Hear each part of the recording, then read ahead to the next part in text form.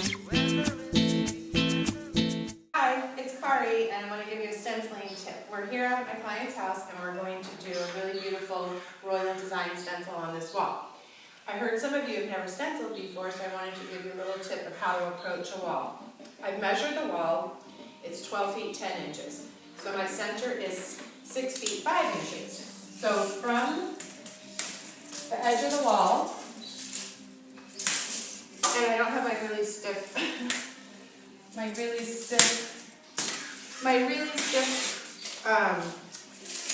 tape measure, but I did measure it right here. Here's the center of my wall. So I measured it there, and I'll measure it again. But I use a watercolor pencil, and that's missing too. This is what it's like to really be on a job site. Here it is. So I use a watercolor pencil that's going to be about the same color as my stencil color, and I mark the center of my wall. 6 feet 5 inches. Then I'm going to take my stencil, and I'm going to line up the center of my stencil.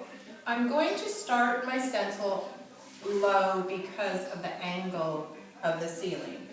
So I'm going to put it up, and then I got my tape, my level line, and make sure I'm level.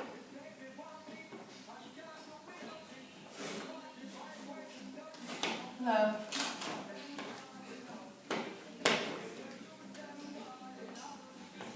Where's my bubble?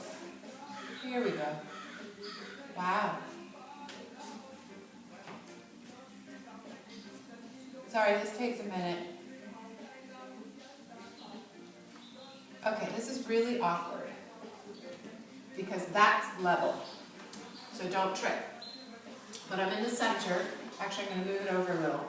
So what I'm going to do is I'm going to start as if this was my ceiling line.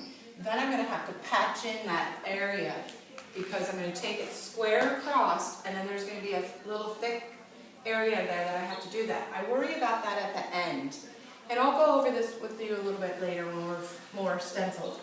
But I'm going to find the center, I'm going to work down, I'm going to work right, and I'm going to work left. And if I start in the center, chances of me ending equally on the pattern over there and the pattern over there are going to be the same.